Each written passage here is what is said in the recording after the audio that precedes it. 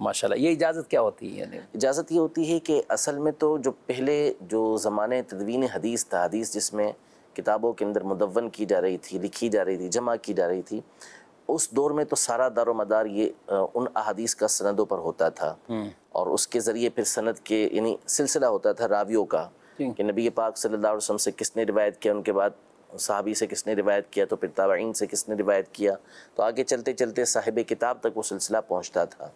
تو پھر اس میں دار و مدار سارا اسی راویوں کے سلسلے پر ہوتا تھا، روایت کرنے والے حدیثوں کا جو سلسلہ جس کو ہم سند بولتے ہیں اس پر دار و مدار ہوتا تھا. لیکن جب حدیثیں مدون ہو گئیں تو اس کے بعد یہ سلسلہ یہ برکت کے لیے باقی رکھا گیا کہ پھر اوپر تک نبی پاک صلی اللہ علیہ وسلم سے سلسلہ کیسے چلتا ہوا آ رہا ہے. تو یہ آج تک چلتا ہوا آ رہا ہے الحمدللہ. یعنی اگر ہم اپنے سلسلے کو دیکھیں کہ اگر ہم اپنی حدیث یعنی بیان کرنا چاہیں کہ ہمارا نبی پاک صلی اللہ علیہ وسلم تک جو سلسلہ جا رہا ہے حدیث کا یا کسی بھی چیز کا، تو ہم وہ بتا سکتے ہیں کہ یہاں سے لے کر فلاں نے، جیسے امیر علیہ سنت نے ہمیں اجازت دی، امیر علیہ سنت کو مثال کے طور پر شریف القمدی صاحب اللہ تعالیٰ علیہ نے اور مولانا فضل الرحمن مدنی جو ضیاء الدین مدنی رحمۃ اللہ تعالیٰ کے شہزادے تھے، انہوں نے اجازت دی. شریف القمدی صاحب کو جو ہے وہ صدر الشریعہ نے اور مفتی اعظم ہند رحمۃ اللہ علیہ نے اجازت دی. ان دونوں حضرات کو اعلیٰ حضرت نے اجازت دی. وہاں سے فضل الرحمن مدنی صاحب رحمۃ اللہ تعالیٰ علیہ کو ضیاء الدین مدنی نے اجازت دی رحمۃ اللہ تعالیٰ علیہ، ان کو اعلیٰ حضرت نے اجازت دی. پھر اعلیٰ حضرت کو جو اجازت حدیث ملی وہ ان کے والد گرامی سے یا شاہ علی رسول ماریڈوی رحمۃ اللہ تعالیٰ علیہ سے یا سیدی احمد دہلان مکی رحمۃ اللہ تعالیٰ علیہ اور جو آپ کے اساتذہ ہیں. پھر اس سے اوپر سلسلہ چلتے چلتے چلتے یوں یہ نبی پاک صلی اللہ علیہ وسلم پہنچ جاتا ہے. تو اس کو اب جو یہ سلسلہ ہے یہ جو برکت ہوتی ہے سند کی اس کو باقی رکھنے کے لیے ہے. ورنہ ظاہر ہے کہ اب اس کے اوپر دار و مدار نہیں ہے. حدیث کا دار و مدار یہ اوپر کے راویوں کے اوپر ہوتا ہے. جہاں کتابیں مدون ہو گئیں تو اس کے بعد یہ سلسلہ بطور تبرک یہ باقی رکھا گیا ہے. اچھا، پہلے بطور سند ہی ہوتا تھا باقاعدہ؟ پہلے جو ہوتا تھا وہ تو ظاہر ہے کہ دار و مدار اسی پر تھا نا، روایت کہ آپ کسی حدیث کو صحیح، ضعیف، حسن وغیرہ کیسے کہیں گے، تو وہ ان راویوں کے اوپر ہی اس کا دار و مدار آتا تھا. لیکن جب وہ کتاب کے اندر آ گئی، اب بخاری شریف کے اندر حدیث آ گئی، اب بخاری شریف سے آگے جو ہے وہ چلتا ہوا سلسلہ ہم تک پہنچا، تو اگر درمیان میں کوئی ضعیف راوی آ بھی جاتا ہے تو اب کوئی فرق نہیں پڑے گا، ٹھیک ہے، کیونکہ اصل کتاب موجود ہے، اصل کتاب کے اندر وہ حدیث موجود ہے. تو یوں یہ سلسلہ یہ جس کو کہتے ہیں کہ ابقائے جو تسلسل تھا، تسلسل جو ہمارا باقی ہے اور جو ہے اس کو باقی رکھنے کے لیے یہ سلسلہ چلتا ہوا. اچھا، اس میں بھی ایک لطف ہے، یعنی کہ اتنے سلسلوں سے ہم وہاں تک پہنچے، بالکل بالکل، نہ شیوخ تک پہنچے، محدثین تک پہنچے، اور پھر کئیوں کا سلسلہ تو بالکل باقاعدہ اوپر صحابہ کرام علیہ مردوان تک متصل رہتا ہے. تو یہ بھی ایک بڑے اعزاز کی بات بھی ہے، شرف کی بات بھی ہے، لطف کی بات بھی ہے. ہم آج پڑھتے ہیں غوث پاک رضی اللہ تعالیٰ عنہ، آپ حسنی حسینی سید ہیں، اور آپ ظاہر ایک آپ کا نسب والا سلسلہ اور ایک آپ کا طریقت والا بھی، یعنی آپ کے پیر صاحب، پیر صاحب، پھر پیر صاحب، تقریباً 12 پیر بیچ میں ہیں آپ کے شیوخ جو ہیں بیچ میں آتے ہیں. تو آپ کا سلسلہ نبی پاک صلی اللہ علیہ وسلم تک مل جاتا ہے. ماشاءاللہ، اللہ پاک ان باتوں کی ہمیں بھی برکتیں عطا فرمائے. اور یہ علم دوست جو ہوتے ہیں ان کے لیے یہ بڑی اہمیت والی باتیں ہوتی ہیں کہ وہ خاص طور پر علماء سے اس طرح کے فیض حاصل کرنا، ان کی صحبتوں میں بیٹھنا، اور بھلے خود پڑھاتے ہوئے ایک طویل عرصہ گزر بھی گیا ہوں، خود مفتی صاحب کو بھی ایک طویل عرصہ گزر گیا تدریس کرتے ہوئے اور بخاری شریف پڑھاتے ہوئے، لیکن جب ایسا کئی مشائخ کے حوالے سے یا بڑے علماء کے حوالے سے وہاں جانا نصیب ہو تو پھر بھی ایک ذوق ملتا ہے. گویا کہ ہم سب اپنے آپ کو ایک طرح کے طالب علم کی حیثیت سے ہی ان کے سامنے اپنے آپ کو بٹھاتے ہیں، پیش کرتے ہیں، اور ہونا بھی ایسا ہی چاہیے. انشاءاللہ اس کی بھی ایک اللہ کی طرف سے خاص برکتیں اور رحمتیں نصیب ہوتی ہیں. بڑھتے ہیں آپ کے سوالات کی طرف اور دیکھتے ہیں ناظرین کیا پوچھنا چاہتے ہیں. میرا نام محمد وسیم اتاری ہے. میرا آپ کی بارگاہ میں سوال یہ ہے کہ ایک شخص کا انتقال ہو گیا، اس کے ولیوں میں سے کچھ لوگوں نے نماز جنازہ پڑھ لی اور کچھ رہ گئے جو بعد میں آئے. اچھا، ان کی طرف سے اجازت بھی نہیں دی نا اس سلسلے میں، وہ کیا دوبارہ نماز جنازہ پڑھ سکتے ہیں؟ اور یہ بھی ارشاد فرمائیں کہ کیا کن کن صورتوں میں دوسری بار نماز جنازہ ہو سکتی ہے اور کن کن صورتوں میں دوسری بار نماز جنازہ نہیں ہو سکتی؟ ٹھیک ہے، کن صورتوں میں ہو سکتی ہے اور کن صورتوں میں نہیں ہو سکتی جبکہ ایک ولی پہلے نماز جنازہ پڑھ سکتا. لیکن تکراری نماز جنازہ کی تکرار ہمارے نزدیک یہ درست نہیں ہے. ولی نے نہیں پڑھی یا ولی کی اجازت کے بغیر نہیں پڑھی گئی، ولی نے پڑھی نہیں تھی اور اس نے اجازت بھی نہیں دی تھی پڑھنے کی کہ میری طرف سے اجازت ہے کہ پڑھ لیا جائے، تو یہ واحد صورت ہے کہ جس میں آپ نماز جنازہ کی تکرار کر سکتے ہیں، دوبارہ پڑھ سکتے ہیں۔ یعنی اگر تو ولی پڑھ لے، کوئی بھی ولی، ایک پڑھ لے، دو پڑھ لیں، یا اس کی اجازت سے اگر پڑھ لیا گیا ہے تو اب نماز جنازہ کی تکرار کی کوئی صورت نہیں ہے۔ صرف اور صرف یہی صورت ہے کہ آپ نے ولی نے نہیں پڑھی یا اس کی اجازت کے بغیر نہیں پڑھی گئی، تو پھر اس صورت میں یہ آپ پڑھ سکتے ہیں، ورنہ آپ نہیں پڑھ سکتے۔ ولی چاہے ایک نہیں پڑھ لی، ایک نے بھی پڑھ لی تو ظاہر ہے کہ وہ فرض ادا ہو گیا، اب نماز جنازہ کے فرض کا تکرار یہ نہیں ہوتا۔ باقی بعض صورتیں جو ہیں جیسے بغیر غسل کے نماز جنازہ پڑھ لی گئی تھی، تو پھر اس میں بعض صورتیں بنتی ہیں کہ قبر میں مٹی ڈالی ہے یا نہیں ڈالی، یا جو بھی صورت ہے اس کے مطابق نکال کے پڑھنے والی، تو حقیقت وہاں پر یہ وہاں جنازہ ہوا ہی نہیں، وہ ایک الگ صورت ہے، وہ ایک الگ صورت ہے۔ باقی اس کے علاوہ جو صورت ہے اجازت کی پڑھنے کی وہ یہی ہے کہ ولی نے نہ پڑھی ہو اور پڑھی گئی ہے تو اس کی اجازت کے بغیر پڑھی گئی ہے، تو پھر اس صورت میں پڑھ سکتے ہیں، ورنہ نہیں پڑھ سکتے۔ امام اعظم ابو حنیفہ رضی اللہ عنہ کے حوالے سے مشہور ہے ان کی متعدد نماز جنازہ 70 مرتبہ کہا جاتا ہے، لیکن وہ اس کی وجہ یہ تھی کہ ان کے جو ولی شرعی تھے انہوں نے نہیں پڑھی تھی، ان کے بیٹے انہوں نے نہیں پڑھی، تو اس وجہ سے یہ تکرار ہوتا رہا، اور آخر میں پھر انہوں نے پڑھی کیونکہ ان کو شرعی مسئلہ معلوم تھا، یعنی لوگ اپنے طور پہ پڑھتے رہے۔ اسی طرح نبی پاک صلی اللہ علیہ وسلم کی نماز جنازہ کا آپ دیکھ لینا کہ حضرت سیدنا ابوبکر صدیق رضی اللہ تعالی عنہ نے جب تک نہیں پڑھی تھی، کیونکہ آپ اس وقت ولی شرعی بنے تھے، آپ کو خلیفہ مقرر کر لیا گیا تھا، تو اس سے پہلے جو ایک قول ہے اس کے مطابق باقاعدہ نماز جنازہ پڑھا جاتا رہا، ٹھیک ہے، اور پھر آخر میں آ کے سیدنا ابوبکر صدیق رضی اللہ تعالی عنہ نے جب نماز جنازہ پڑھائی، اس کے بعد نبی پاک صلی اللہ علیہ وسلم کا اب نماز جنازہ نہیں ہو سکتا تھا، دوبارہ کوئی نہیں پڑھ سکتا تھا، ورنہ اگر ایسے اجازت ہوتی تو آج بھی روضہ انور کے پاس کھڑے ہو کے لوگ نماز جنازہ پڑھتے نبی پاک صلی اللہ علیہ وسلم کی، لیکن کوئی نہیں پڑھتا۔ وجہ یہی ہے کہ نماز جنازہ کا تکرار یہ مشروع نہیں ہے۔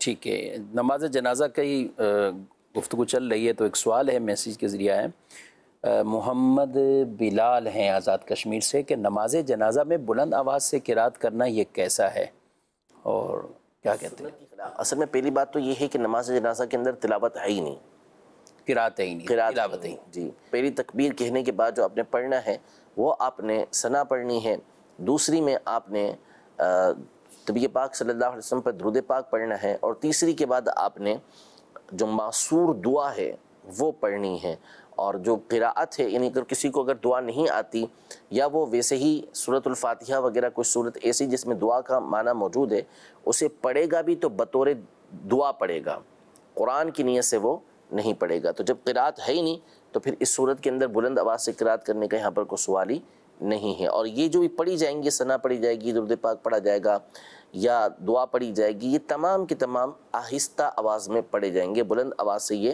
پڑھنا سنت نہیں ہے۔ ٹھیک ہے، تکبیرات وغیرہ وہ اس میں فرض ہیں جنازے کے اندر؟ جی بالکل، امام کو بلند آواز سے دو رکن ہیں، ایک تو یہ کہ قیام اس میں شرط ہے، ٹھیک، جو قیام پر قادر ہے وہ کھڑے ہو کے قیام یعنی کھڑے ہو کے نماز جنازہ پڑھے گا، اور دوسرا جو ہے اس کے اندر 4 تکبیریں، اور اس کو بلند آواز سے کہنا امام کے لیے، امام کے لیے تو فرض ہو گیا کہ ادا اسی طرح ہوگا، تو جو پیچھے پڑھ رہے ہیں ان کا فرض بھی ایسے ہی ادا ہوگا کہ وہ بھی اللہ اکبر کہیں گے۔ ٹھیک ہے، یعنی نماز جنازہ میں ایک جو بہت بڑی غفلت ہوتی ہے کہ لوگوں کو پتہ تو ہوتا ہے اور باقاعدہ اعلان بھی ہو جاتا ہے کہ نماز جنازہ کے جو رکن ہیں وہ 2 ہیں، 4 تکبیریں کہنا اور قیام کرنا، لیکن اکثریت وہ ہوتی ہے کہ جو آواز نہیں نکال رہی ہوتی، اور اتنی جو فرض کی ادائیگی ہے اس کے لیے ضروری ہوتا ہے کہ وہ کانوں تک اس کی آواز پہنچنی چاہیے۔ ٹھیک ہے، یعنی یہ تکبیریں یہ امام بھی وہ کہیں گے اور مقتدی بھی، بالکل، ورنہ ان کا فرض ہی ادا نہیں ہوگا، فرض ادا نہیں ہوگا۔ ٹھیک ہے، مقتدی اتنی آواز سے کہیں کہ ان کے اپنے کان وہ سن لیں، اور بقیہ جو دعائیں ہیں شروع کے اندر ثنا پڑھی جاتی ہے، پھر درود پاک، درود ابراہیمی، اور اس کے بعد دعا پڑھی جاتی ہے، یہ سبھی ہمیں یاد ہونا چاہیے۔ ایک عہد مسلم کئی لوگ ہمیں مستقلاً یہی سوال کرتے رہتے ہیں کہ بس یہ دعا یاد نہیں تو اس کی جگہ کیا پڑھ لیں۔ ٹھیک ہے، آپ کے وہاں امام صاحب بھی اعلان کر دیتے ہیں کسی کو دعا یاد نہ ہو تو کوئی سی دعائے مسورہ پڑھ لیں، ربنا آتنا فی الدنیا حسنہ، یہ والی دعا پڑھ لیں، یا سورہ فاتحہ کو دعا کی نیت سے آپ پڑھ سکتے ہیں، قرآن کی نیت سے نہیں، دعا کے طور پر آپ نیت سے پڑھ سکتے ہیں، لیکن کب تک ہم اسی کے بدل پر ہی وہ عمل کرتے رہیں گے؟ ہمیں یاد کرنی چاہیے۔ بعض اوقات بڑی بڑی اسٹوریز اور پتہ نہیں کیا کیا طرح طرح کے اشعار اور کیا کیا کہانیاں یاد کر لیتے ہیں، لیکن جو مسنون دعائیں اور درپیش معاملات ہوتے ہیں، نماز جنازہ ہے، اور آسان صاحب دیکھتے ہیں بچوں کی جو کبھی بچی کا یا چھوٹی بچی کا بچے کا جنازہ، تو یہ تو لوگوں کے لیے اور مشکل ہی ہوتا ہے، یعنی اس کے تو شاید ادھر 10% ہیں کہ ان کو دعائیں یاد ہیں، ادھر تو شاید وہ بھی مائنس میں ہی ہوگا۔ یہ بڑے بڑوں کو یاد نہیں ہوتا، اس کے بعد اللہم اجعلہ اور اللہم اجعلہا کا فرق بھی مشکل ہو جاتا ہے بہت سو کے لیے، تو بہرحال یاد تو ہونا ہی چاہیے، یاد ہونا چاہیے بالکل۔ اگر کسی کے خود گھر کے اندر ایسا معاملہ ہو تو آدمی کے اندر، یعنی یہ کتنی بڑی محرومی کی بات ہے کہ وہ ان کے لیے شفاعت بنیں گے آگے جا کر، اور ان کو وہ شفاعت کی جو اللہ کی بارگاہ میں عرض کرنی وہ دعا ہی نہیں آتی، وہ یاد نہیں ہے، وہ دعا نہیں، تو کوشش کرنی چاہیے، ان پر ضرور غور ہونا چاہیے۔ مزید کال۔ غلام الیاس ستاری سہیوال سے عرض کر رہا ہوں، میرا سوال یہ ہے مفتی صاحب سے کہ کیا کوئی مکان گروی پہ لینا ہو تو اس کو قیمت دے کر، پیسے دے کر، مثال 2 سال کا معاہدہ کر لیا جائے کہ سال 2 سال کے بعد جو ہے یہ مکان میں آپ کو واپس کر دوں گا اور آپ میرے پیسے واپس کر دیں گے، کیا اس طرح کرنا درست ہے؟ جی دیکھیں، ہوتا ہی یہ ہے کہ مکان یا کوئی بھی چیز جو گروی رکھوائی جاتی ہے اس کا مقصد یہ ہوتا ہے کہ جس نے پیسے آپ کو دیے ہیں، جس نے ادھار آپ کو دیا ہے، اس کی وہ رقم محفوظ ہے، یعنی یہ ایک طرح کا ضمان ہوتا ہے، ایک طرح سے گارنٹی ہوتی ہے کہ آپ نے اس کے پیسے نہیں کھانے، تو اس کی بنیاد پر آپ نے اس کے پاس اپنی گاڑی رکھوا دی، اس کے پاس اپنا مکان رکھوا دیا، یا کوئی اور چیز ایسی رکھوا دی کہ اس کو گارنٹی مل جائے کہ اس کے پیسے جو ہیں وہ، اس کی رقم یہ سیو ہے۔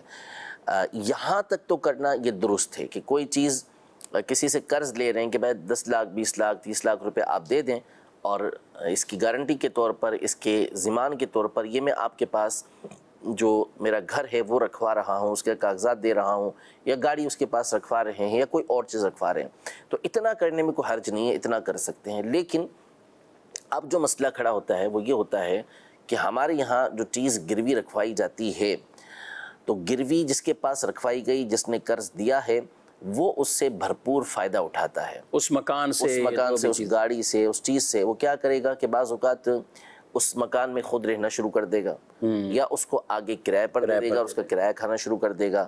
کوئی چیز موجود ہے تو اس کو آگے کرائے پر دے دے گا، کرائے پر چلائے گا، یہ سلسلہ کرنا شروع کر دیتے ہیں۔ یہ ہے سود، اس لیے کہ آپ نے جو اس کو رقم دی ہے وہ قرض ہے، اور اس نے صرف اور صرف آپ کے پاس اس لیے یہ مکان دکان وغیرہ رکھوائی ہے کہ اس کی وہ رقم محفوظ رہے۔ اب قرض کے اوپر جو نفع اٹھایا جاتا ہے، تو حدیث پاک کے اندر ہے کل قرض جر منفعۃ فہو ربا، کہ جو قرض بھی نفع لے کر آئے وہ سود ہے، چاہے ظاہری طور پر کیش نہیں، یہ کوئی بھی نفع لے کر آئے، کل قرض، کہ ہر وہ قرض کہ جر منفعۃ بھی نہ کرا، جس کا مطلب ہے کہ کوئی بھی نفع لے کر، کوئی بھی نفع ہو تو فہو ربا، وہ ربا ہے، وہ سود ہے۔ تو لہذا یہ گروی رکھی ہوئی چیز کے ذریعے فائدہ نہیں اٹھا سکتے، اگر ویسے ہی رکھا ہوا ہے اپنے پاس آپ نے بطور ضمانت کے، تو رکھنا یہ درست ہے، ٹھیک ہے، اور اس میں کوئی فائدہ نہیں اٹھائیں گے، اور بعد میں اس کو وہی مکان اسی طرح لوگوں کو یہ شبہ ہوتا ہے خالی پڑا ہوا ہے، نہ اس کو فائدہ نہ وہ اس کو فائدہ، تو اب ایسی صورتحال میں وہ پھر یہ کرائے کی طرف یا دیگر ان معاملات کی طرف چلے جاتے ہیں۔ تو ایسا ہو سکتا ہے کہ یہ صرف فائل اپنے پاس رکھ لیں اور اسی بندے کو دے دیں، اسی کی چیز ہے، وہ اس کے ذریعے سے نفع اٹھائے گا، وہ خود نفع اٹھاتا رہے، بھلے اس کو کوئی حرج نہیں۔ ٹھیک ہے، مزید سوال۔ میرا سوال یہ ہے کہ ہماری ایک جگہ ہے جو ہماری والدہ کے نام ہے، اور وہ والدہ ابھی حیات ہیں، اور ہم 5 بہن بھائی ہیں، 4 بھائی ہیں اور 1 بہن ہے، اس کی تقسیم کا کیا سلسلہ کار ہوگا؟ 4 بھائی اور 1 بہن ہے، تقسیم کاری۔ والدہ جب آپ کی حیات ہیں تو، اور والدہ کی اگر ملکیت ہے تو ابھی اس کے اندر وراثت کا کوئی کسی طرح کا معاملہ نہیں ہے، وراثت تو بعد انتقال ہوتی، انتقال ہونے کے بعد۔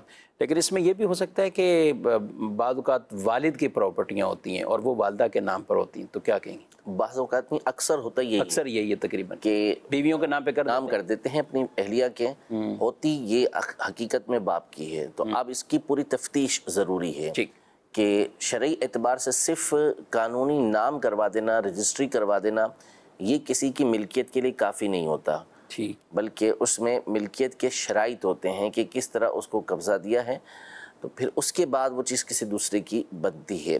اور ہمارے یہاں عام طور پر یہ ہوتا یہی ہے کہ خریدنے کے بعد فائل جب کروانے کا معاملہ آتا ہے تو وہ بیوی کے نام کروا دیتے ہیں، اور اس کے برعکس بھی صورتیں ہو سکتی ہیں کہ بعض اوقات واقعی حقیقی اعتبار سے قبضہ بھی ہو سکتا ہے، لیکن ہے یہ تحقیق اور تفتیش طلب کہ جس کا بھی مسئلہ آئے گا وہاں دیکھنا پڑے گا کہ یہ شرعی قبضہ اس کو دیا گیا تھا یا نہیں دیا گیا تھا، شرعی اعتبار سے یہ مالکہ بنی یا نہیں بنی۔ تو اس کے لیے ظاہر ہے کہ آپ کو دارالفتہ اہل سنت میں ہی آنا پڑے گا، گفتگو کی جائے گی، اسی کے بعد پھر بتایا جا سکے گا کہ واقعی یہ والدہ کا ہے یا والد ہی کا تھا۔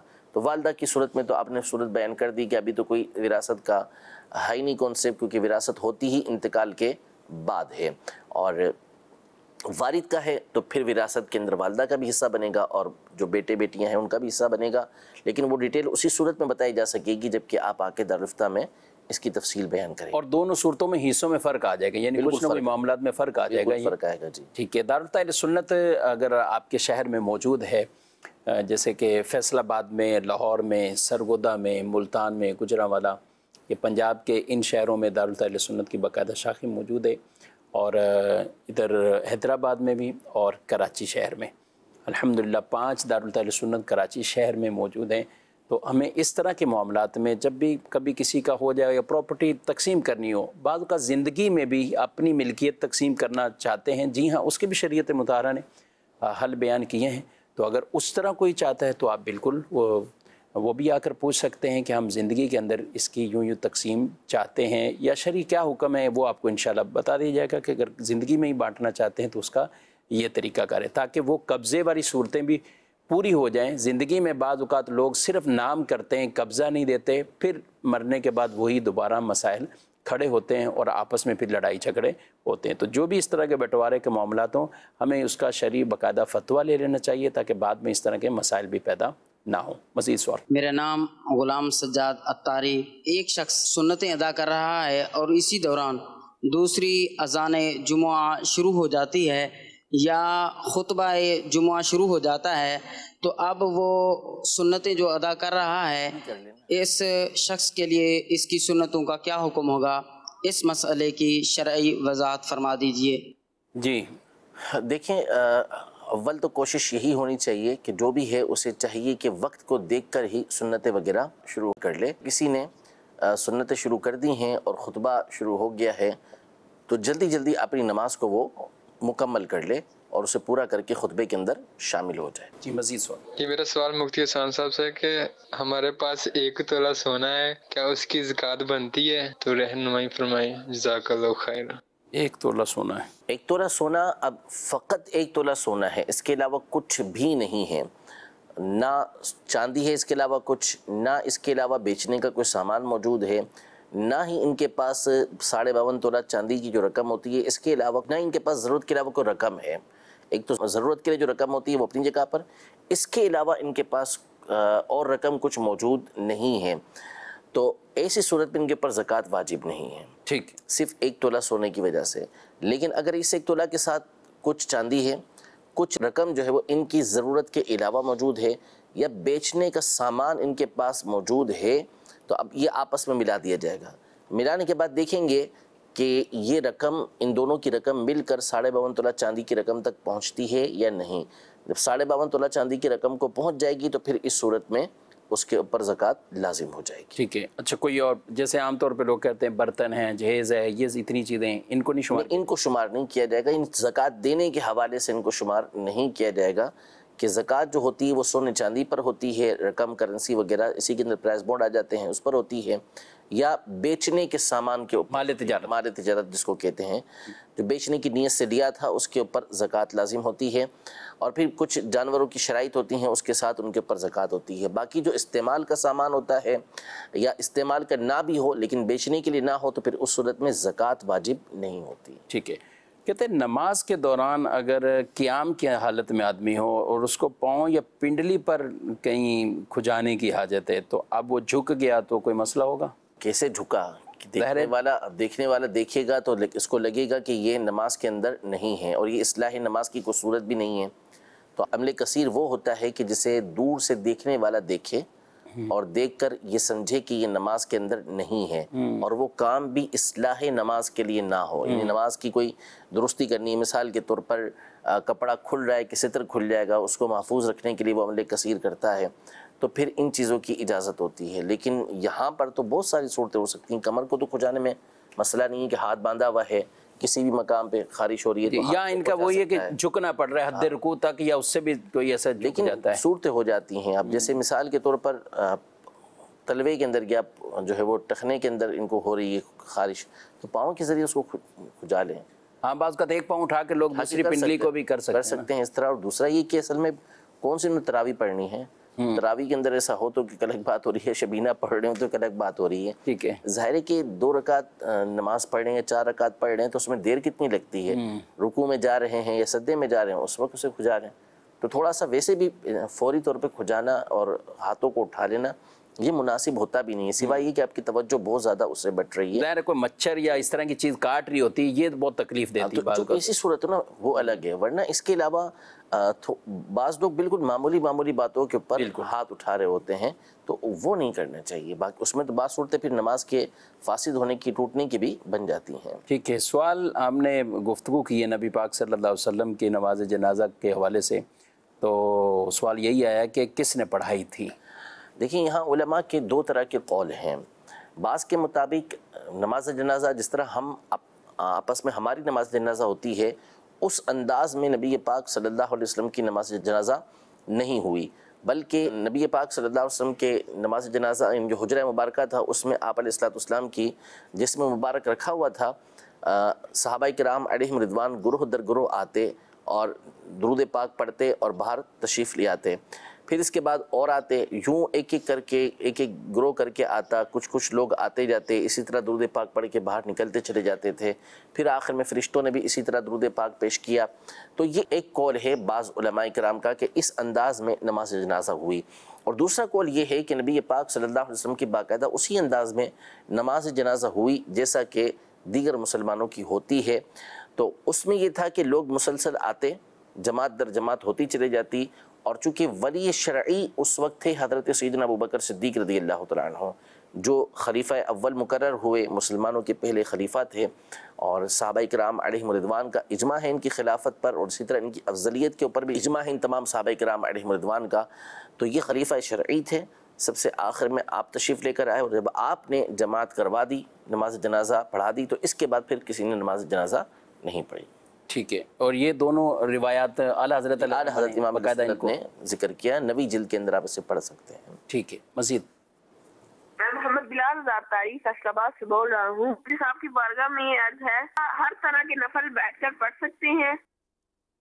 جی ہر طرح کے نوافل بیٹھ کر، اور ادھر تو فرض اور سنت وغیرہ کا بھی سوال آیا ہوا ہے. دیکھیں جس کو ہمارے عرف میں نفل کہا جاتا ہے، وہ بعض جو ہم عام طور پہ کہتے ہیں نفل، وہ تو سنت غیر مؤکدہ کے علاوہ بھی جو 2 رکعتیں ہوتی ہیں، ہر نماز کے جو ہوتی ہیں، اس کو جن کے ہم 2 پڑھی جاتی ہیں آخر میں. ورنہ شریعت مطہرہ کی روشنی میں جو بندے پر لازم چیزیں ہیں جیسے فرض اور واجب ہیں، اس کے علاوہ کی جو نمازیں ہوتی ہیں اس کے اوپر نفل کا اطلاق کیا جاتا ہے، اور بعض صورتوں میں واجب کے اوپر بھی نفل کا اطلاق کیا جا رہا ہوتا ہے، کیونکہ نفل جو ہے وہ زائد چیز کو بولتے ہیں، جو زیادہ ہو. تو چونکہ جو نفل ہوتے ہیں وہ فرض سے زیادہ ہوتے ہیں، یعنی الگ ہوتے ہیں، ان سے بڑھ کر ہوتے ہیں، تو اس وجہ سے ان کو نفل کہا جاتا ہے.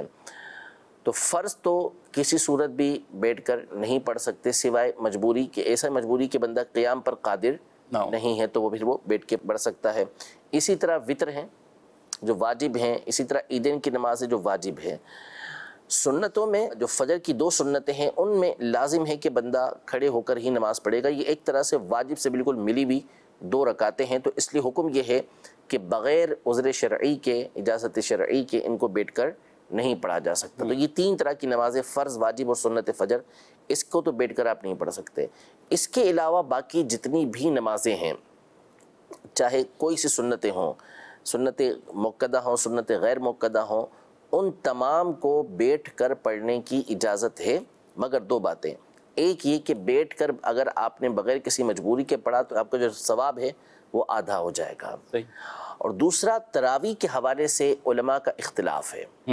بعض کے نزدیک بیٹھ کر اس کی تراویح کی نماز نہیں ہوتی، وہ قیام کو شرط قرار دیتے ہیں، ضروری قرار دیتے ہیں، تو اس لیے ان کا قول یہ ہے کہ نہ کھڑے ہو کر پڑھنا ضروری ہوگا، جبکہ صحیح قول یہ ہے کہ بیٹھ کے پڑھیں گے تو تراویح بیٹھ کر بھی ہو جائے گی. لیکن جو افضل اور بہتر طریقہ کار ہے اور دوسرا مستحب اس میں مزید یہ ہو جائے گا کہ علماء کے اختلاف سے نکلنا بھی، تو اس لیے اس کو کھڑے ہو کر ہی ادا کریں گے. لیکن اگر کسی نے بیٹھ کر بھی ادا کی تو بھی اس کی وہ نمازیں ہو جائیں گی، سوائے ان 3 نمازوں کے جو ابھی آپ کے سامنے ذکر کی ہیں.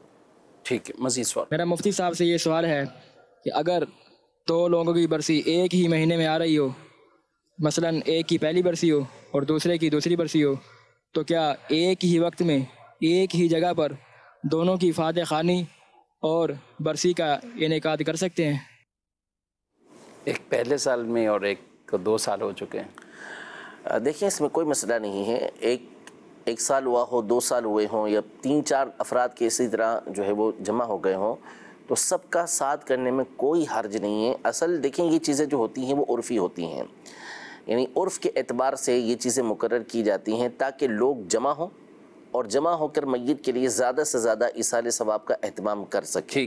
اور ہر عقل رکھنے والا شخص یہ بخوبی جانتا ہے کہ فرداً سب کا پڑھنا یہ تھوڑا مشکل ہوتا ہے، اس لیے کہ لوگوں کی توجہ ان چیزوں کی طرف نہیں ہوتی. اگر ہم کہہ دیں کہ بھائی آج مغرب کے بعد آپ ایک پارہ پڑھ لیجئے گا اور ایصال ثواب کر دیجئے گا، آپ کو اکثریت ملے گی کہ نہیں پڑے گی؟ نہیں پڑے گی. لیکن وہی لوگ اگر ایک جگہ پہ جمع ہو جائیں تو بڑی تعداد میں پڑھ لیں گے. تو یہ سمجھ آتی ہے بات کہ عرف کے اعتبار سے یہ مقرر کیا گیا.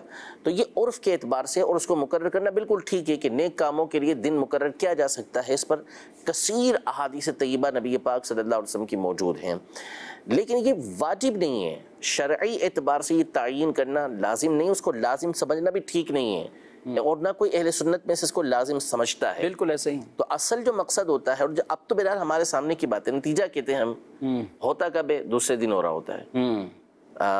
40واں کہتے ہیں تو عمومی طور پہ 4 جمعوں کے بعد وہ ہو رہا ہوتا ہے. برسی میں بھی اسی طرح آگے پیچھے معاملات بعض اوقات ہو جاتے ہیں، تو کوئی بھی اس کو لازم یہ نہیں سمجھتا.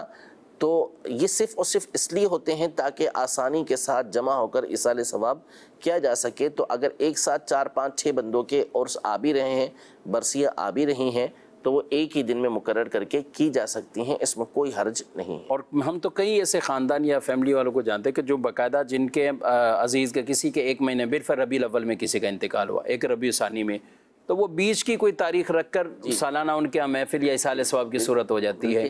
بعض مسجدوں میں ایسا ہو جاتا ہے کہ اب جیسے سیدنا عمر رضی اللہ تعالیٰ عنہ یا سیدنا عثمان غنی رضی اللہ تعالیٰ عنہ، تو ان کے ایام چونکہ قریب آ رہے ہوتے ہیں، بیچ والا رکھ دیں گے تاکہ دونوں کا ایک ساتھ جو ہے وہ معاملہ ہو جائے. کیونکہ ہر مسجد کے اندر اس طرح پروگرام الگ کیونکہ وہ بیان کرنے والے بعض اوقات ملتے نہیں. جی ایسے ہوتا ہے. تو اس لیے وہ کرتے یہ ہیں کہ دونوں کو ایک ساتھ کیا اور پھر اس میں دونوں کی شان ایک ساتھ بیان کر دیتے ہیں. تو ہمارے نزدیک یہ ساری چیزیں ٹھیک ہیں، کیونکہ ہمارا مقصد اس کے اندر صرف اور صرف ایصال ثواب کرنا ہوتا ہے، یا اگر وہ بزرگان دین ہیں تو ان کے فضائل و کمالات کو بیان کر کے انہیں ایصال ثواب کرنا ہوتا ہے. ماشاءاللہ. جی ناظرین اکرام، آپ نے پروگرام ملاحظہ کیا، اپنا فیڈ بیک بھی ضرور دیجیے گا. دارالفتہ اہل سنت سے اپنے آپ کو مربوط رکھیں. آپ کے کئی سوالات ایسے ہوتے ہیں جو پروگرام میں ہم شامل نہیں کر پاتے، اور اس کی وجہ یہی ہوتی ہے کہ مخصوص ایک ٹائم کے لیے یہ پروگرام ہم لے کر حاضر ہوتے ہیں. لیکن اوورآل یہ 30-35 منٹ میں بھی اگر ہم کہیں 40 منٹ کا ہمارا دورانیہ ہے تو ٹھیک ٹھاک سوالات، وہ شرعی سوالات، ان کے جوابات آپ تک پہنچتے ہیں. تو اس کو ایک باقاعدہ اپنی کلاس کے طور پر آپ سمجھ لیجئے، تو انشاءاللہ بہت سے شرعی مسائل وہ آپ سیکھنے میں کامیاب ہو جائیں گے. اللہ پاک ہم سب کو جو کچھ علم سیکھا اس پر عمل پیرا ہونے کی توفیق عطا فرمائے. آمین بجاہ النبی الامین صلی اللہ علیہ وسلم. ہادی و رہنما ہمارے علماء، ہو کبھی درپیش جو کوئی مسئلہ، پوچھ لیں حاضر ہوں ہم ان کی بارگاہ.